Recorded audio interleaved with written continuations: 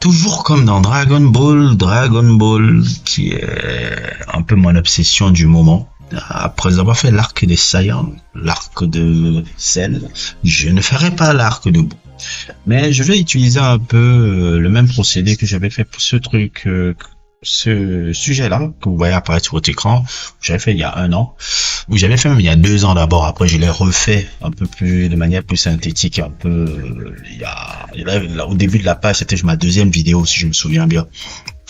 Mais après, je l'ai refait pour le truc Truman, Dark City Matrix ou l'allégorie de la caverne au cinéma. Même si c'est pas les seuls films qui utilisent ce procédé-là, il y a beaucoup de films qui ont utilisé le truc de l'allégorie de la caverne dans le cinéma américain en général, et tout, surtout le cinéma de science-fiction. Autrement, c'est pas un film de science-fiction. Et j'avais fait un peu le procédé où comment ces 3 films-là utilisent un peu la même structure narrative, tout en s'inspirant justement de l'allégorie de la caverne de Platon et comment ils utilisaient un peu la même structure narrative. Maintenant, on va faire un peu aussi la même chose avec Dragon Ball. Et on va se concentrer pas sur Dragon Ball, la saga tout entière, mais la partie que je pense toujours qui est moi ma partie préférée. Tout, je vous ai déjà fait un sujet sur cette partie-là qui s'appelle l'arc des Saiyans. Je vous ai fait un truc là-bas, je pense un de mes meilleurs sujets même d'ailleurs. C'est même mon meilleur sujet sur Dragon Ball d'ailleurs, je pense que le meilleur c'est celui-là. Et donc, n'hésitez pas à le regarder, le lien en description. Et là, on va encore revenir sur l'arc des Saiyans, l'arc de Freezer, puisque c'est un peu plus ou moins un peu là où je vais un peu pour mêler les deux. Et pour essayer un peu d'expliquer comment justement Toriyama s'inspire de la saga Star Wars pour faire cet arc-là, ces 2 arcs-là, puisque c'est un peu je le considère un peu comme le même arc, mais c'est un peu partout, un peu, et en s'inspirant de 2 films. 2 films dont, que vous voyez là, apparaît sur votre écran, l'Empire contre-attaque, et le 3e film, le retour du Jedi, toujours de la saga Star Wars. L'arc des Saiyans et l'arc de Freezer s'inspirent de ces 2 films-là et tout, parce que ça répond un peu à la même structure narrative, et j'avais envie un peu, plus ou moins un peu plus, maintenant que je comprends comment Dragon Ball, en tout cas cette partie-là a été écrite, de faire un peu un parallèle ciné manga un peu, pour montrer un peu aux gens comment on s'inspire dans l'écriture, comment on peut prendre l'inspiration d'un film et le mettre un peu dans son œuvre personnelle. Et voilà, je crois que c'est un peu un jeu qui m'amuse beaucoup à le faire, en espérant que ça vous plaira. Donc on va se lancer maintenant un peu par rapport à ça. Déjà, il faut se rappeler d'abord quelle est la saga Star Wars. Star Wars, déjà, même si je fais un sujet sur Star Wars, je pense, oui, j'ai fait le sujet sur la revanche des Sith, et autres trucs que j'aime beaucoup. Je l'ai refait il y a 1 an aussi, je pense, sur l'anniversaire, quand l'anniversaire un peu du film, pour les 20 ans du film. J'ai toujours pensé que la prélogie c'était quelque chose de génial. Il y avait que les Gen X et les Gen X bizarres qui chialaient sur la prélogie parce que ça leur rappelait pas. Bon, j'ai déjà expliqué pourquoi les gars là chialaient sur cette partie-là et tout. Mais globalement, moi j'ai aimé la prélogie et autres. Je vous ai fait un sujet aussi sur pas la prélogie mais la revanche des Sith et tout. N'hésitez pas à le regarder aussi, le lien en description. Mais Star Wars, c'est quoi déjà? Star Wars, ce n'est pas vraiment un film de science-fiction. Là, j'ai remarqué souvent que la plupart des fans de Star Wars, dont un que je connais même qui est vrai addict de Star Wars ici, qui collectionne même les livres qui sont sortis avant... C'est-à-dire l'univers étendu, il connaît tout le bullshit, bla bla bla bla bla bla. Et je dois avouer que je me suis intéressé à Star Wars grâce à cette personne-là. Mais d'ici tu me vois, mais d'ici un jour tu regardes cette chaîne-là, parce que je l'ai jamais dit que j'ai une chaîne YouTube et tout. Un jour si tu découvres ma chaîne et tout, c'est bien à toi que je pense. Et c'est même grâce à lui que je me suis un peu intéressé un peu à Star Wars un peu en profondeur. Mais je pense que souvent, maintenant avec le recul, en ayant rechercher un peu au profondeur en regardant les 6 films, en étudiant les 6 films un peu ces dernières années, je compris une chose. Star Wars c'est pas un film de science-fiction. C'est pas un film de science-fiction. C'est un space opéra, certes, mais c'est pas un film de science-fiction. C'est un space opéra, oui, mais c'est beaucoup plus un soap opéra. Star Wars.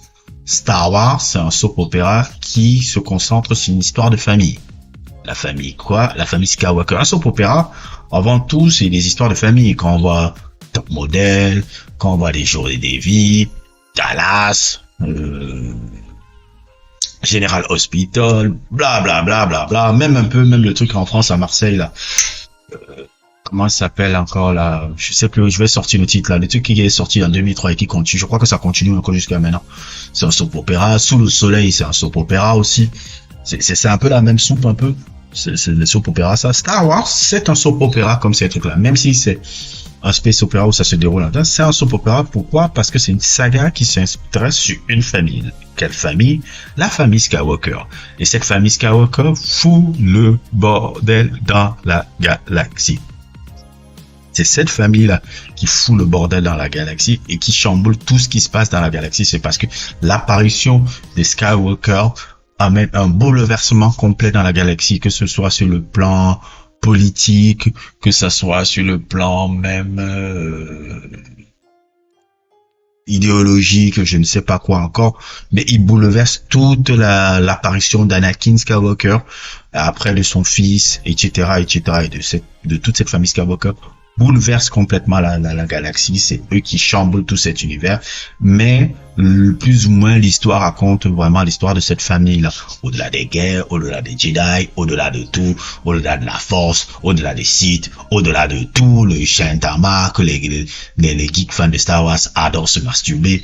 En gros, c'est l'histoire de la famille de Skywalker, de la relation avec son père et son fils, et plus ou moins quand tu commences à lire l'histoire personnelle de George Lucas raconte un peu sa relation paternelle qu'il a eue avec sa relation un peu avec son père, puisque Luke Skywalker, c'est à peu près lui, il était comme un peu Luke, un gars fan de voyage et de course de vitesse, qui voulait emprunter une voie artistique.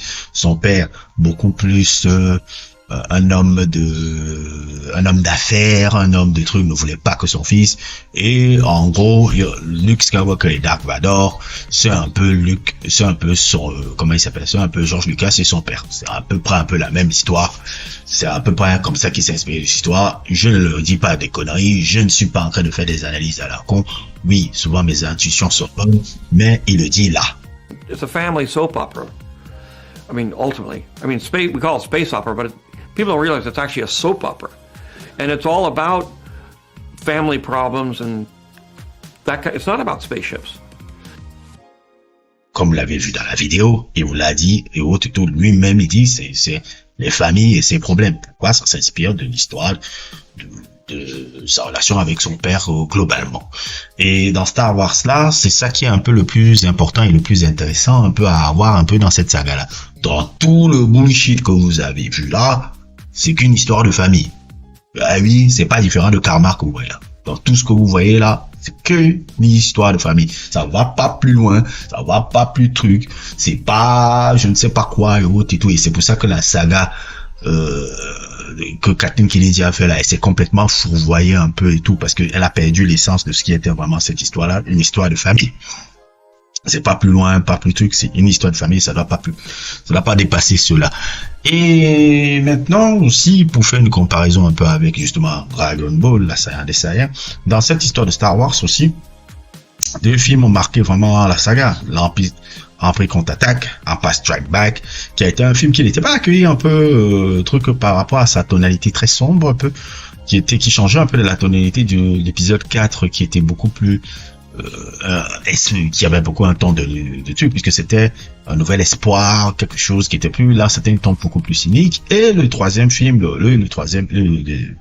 l'épisode 6, le retour du Jedi, qui a fait un peu l'avènement un peu de Luke, le personnage principal, Luke Skywalker et tout. Et ces deux films-là, justement,